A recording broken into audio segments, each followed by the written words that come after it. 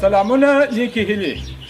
نن داسې یو خطرناکه بازي ده چې دوه مهم خطرناکه کلاړیان دي. یو خو د کندهار په سطحه بلکې د پوره اسیا په سطحه ډېر خطرناکه کلاړي دي، ډېر زورور، زمری، تریالی، بریالی، ننګیالی چې هرې بازي ته دی تللی دی. یعنې دونه کپونه ده راوړي چې په یوه ټیلر کې نه ځایېږي. د هغه سره موږ بل ټیلر کې بل کړي دي، په هغه کې راوړي. او بل طرف ته بیا بل خطرناکه کلاړي دی چې ډېر وحشتناکه او ډېر خطرناکه. یعنې چې دی د مخامخ کلاړي سره چې دی مخامخ سي، دی د هغه هډوکي ورماتوي. هډوکي داسې ورماتوي کله پاپړ نه دي دغسې څه. نو هغه ته موږ په ډېر دغه سره وایو چې هغه ډېر خطرناکه کلاړي دي. د هغه نوم به تاسو ته یاد کړم، تاسو به در اوسه اورېدلی نه وي. هغه چې دی هډوکمار. تاسو به اوس په خپلو سترګو وینئ، دی به میدان ته راتاسي. نو اوس نه معلومېږي چې هډوکمار به دا بل هډوکي د ځان سره یوسي او که تریالی به ننګیالی سي. دا به په میدان کې معلومه سي.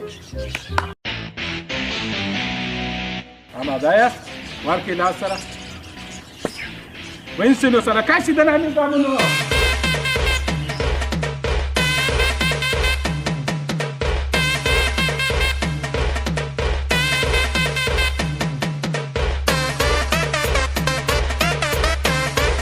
سمه لغته وغورځوه دا څکه.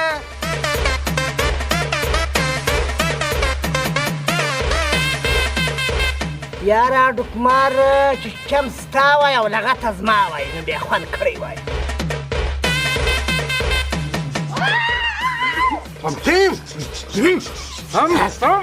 لغته ورځوه چې ستا د ځای ځوای هلته بیا خوند کړی وای. غاښونه ورمات که غاښونه دغسې وه. کش وبه د نامې زو.